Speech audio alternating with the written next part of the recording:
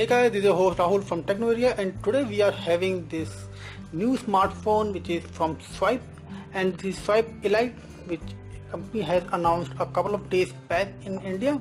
And today in this video we are going to do some quick unboxing and review of this newly launched smartphone. So before doing unboxing, let's see how the packaging of this device looks like. So it comes in a very casual and normal packaging. Over here some of the features, some of the specification of device is written over here, and the price of device which is mentioned over here is 6500, but it will be available at the price tag of 5999, which is 6000 for you. And over here you will find some of the specification of this device, as this device is powered by 1.3 GHz quad-core processor. It's from MediaTek, and it comes with an 5-inch SD display screen, and it's an IPS display screen which you will find on this device. It has got a 2 GB of RAM and 16 GB of internal memory, which can be expandable up to 32 GB via micro SD card. It supports dual SIM, and both SIM will be your 3G SIM card, which you can insert in this device. It comes with an 13 MP rear shooter, and there is an 8 MP front facing camera for selfie lovers. This device runs on Android Lollipop 5.0, and it has got a battery of 2500 mAh, which is quite normal battery, and you can survive on this battery for a day if you are a normal user. But if you are a heavy user, then you won't be able to survive a whole day with this battery. And for connectivity, it do support Wi-Fi, Bluetooth, FM and GPS. And that's it from us. And here you will find SAR value of this device. So let's unbox this device and see what you have inside the box. So first of all, when you unbox, you will find your device itself. Let's place it over here, and we will soon take a look on this device. Apart from this, you will find in-ear headphone which you will get in this device, and it is a flat cable which will not tangle, so it's good. And there is a mic, there is a button over here to accept or reject call, but there is no volume rocker to adjust the volume level of this device. And apart from this, you have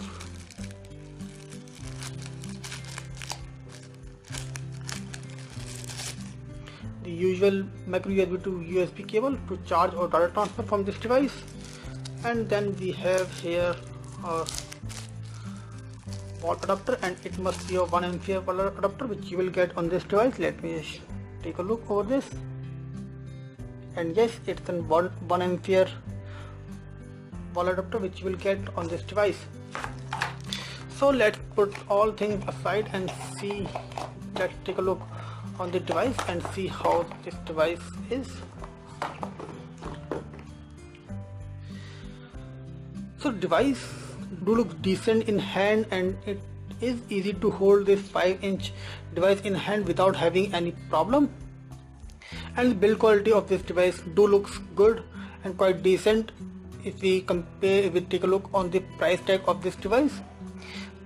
As you can see, first of all, when you notice on the build quality, then you will find that it comes with curved display which is quite good and provides nice viewing angle to your device.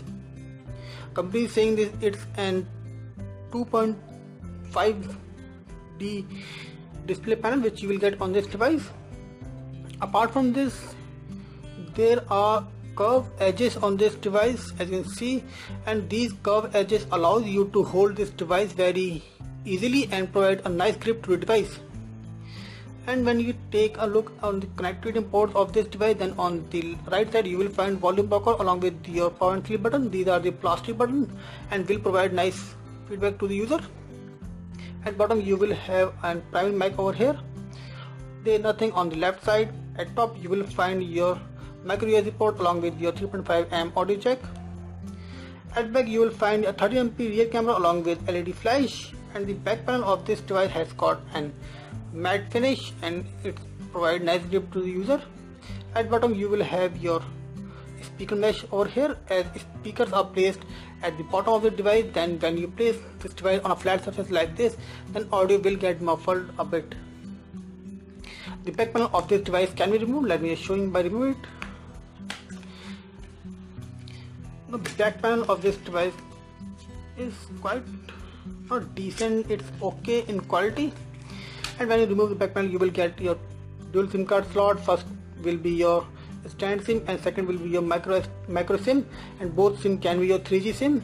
Here is your micro SD card slot which allows you to expand its memory up to 32 GB, and here is your 2500 mAh battery. At front you will find your 8MP front facing camera for video calling. Here is a nice metal earpiece.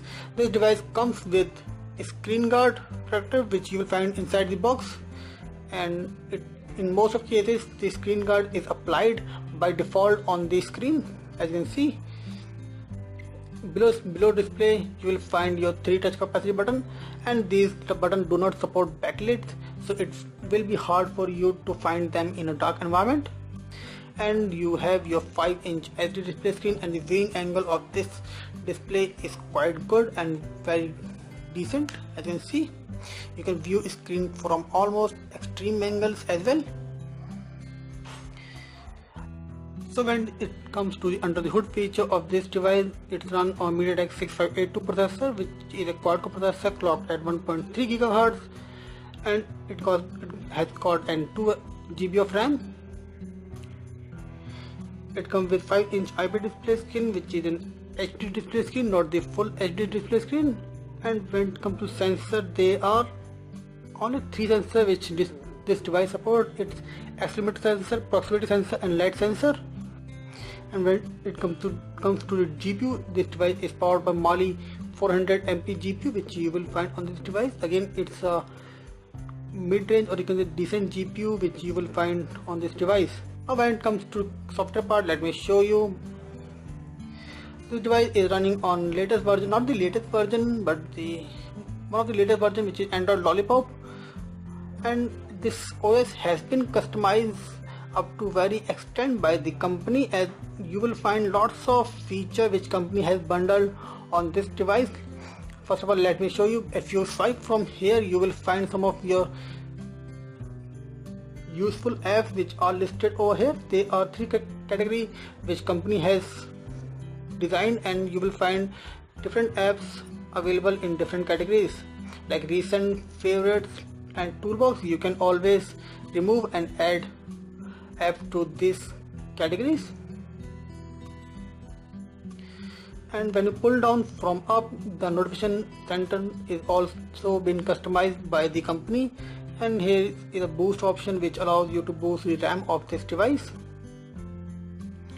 And there are lots of features which company has added in this device.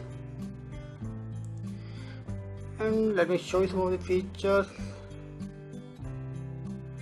When it comes to apps, let me show you the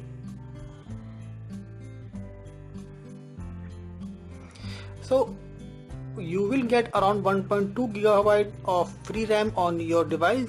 In most of the cases, when you are running some of the apps or games, then you will find approximately 900 to 1 GB of free RAM.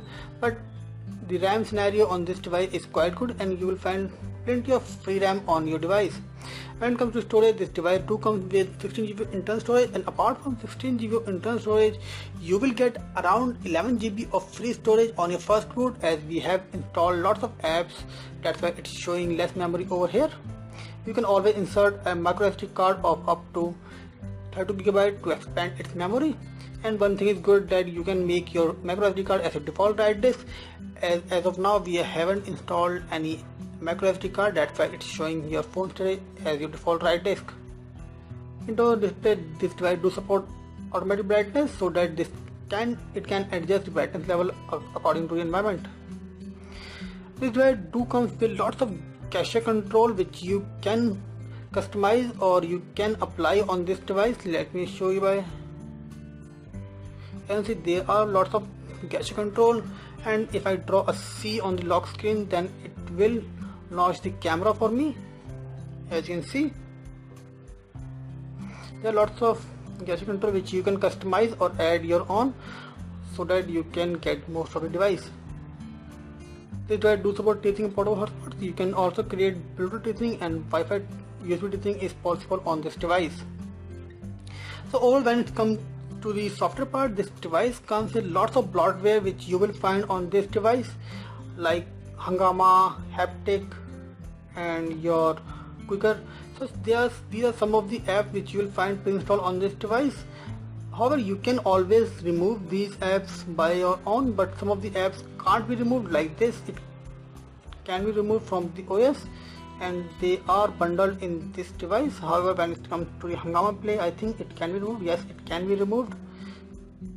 So some of the apps can be removed, but when it comes to the overall scenario, there are lots of bloatware which you are going to find on this device. So when it comes to the performance of this device, so on Antutu it has got a score of 18,041, which is a quite decent score, not that much great score which you might expect. So it has got a decent score on Antutu. And when it comes to Ninamark, on Ninamark it has got a score of 52.9 frames per second. Again, it's a decent score which you are getting on this device. When it comes to multi-touch, we were expecting 5 multi-touch points on this device. Yes, it supports up to 5 touch points on this device. So overall performance of this device is decent. You can play some of the mid-range game on this device without having any issue, but when it comes to the high-level gaming, you might face some lag when you run those games on their full power. Now when it comes to camera, let me show you its camera of this device. So UI of this camera is very much similar to what we have seen on other MediaTek power devices, and we have captured some of the image using this device. So let me show you those images. So here are some images which we have captured using this camera, and image do looks good. Color reproduction is also good on these images. However, this image has been captured under daylight and under the good lighting condition. Again, you can see on this image there are very less amount of noise when you zoom into the image, and color are looking quite good. And when it comes to front facing camera, let me show you some of capture an image using front facing camera. So here is the one image which we have captured using front facing camera, and you see colors are looking good, not that much great which you can expect from an 8MP camera. We have captured this image on artificial light, and you will see some noise on the image. Camera quality of front facing camera is decent, not that much great which you might expect from an 8MP camera. So when it comes to the performance of this device, as this device is powered by a little bit old CPU which is from MediaTek, which is 6582 processor, and it has got 2GB of RAM, so it might play some of the entry-level and mid-range games for you, but you are expecting to play some high-level game like Asphalt 8 or GT Racing 2 at their full speed, at their full power, then you might find some of the lag, and the lag is due to the lots of customization which company has made on this device. There are lots of options, there are lots of feature which company has added. However, some of the options of the feature can be installed, can be removed from this device, but most of the feature remains in the device, and that's why you might find some lag on this device. However, that lag is not that much great which you might find on this device. However, it's a little bit lag which you might expect, which you might find when you do lots of multitasking, play high graphic game on this device. So that's it from us, guys. If you have any question regarding this device, then do comment below. We will be happy to answer you. And if you like the video, then don't forget to press a like button for us, and do subscribe to our video channel by pressing a subscribe button below. So that's it. Thank you for watching. It's your host Rahul signing off. Thank you.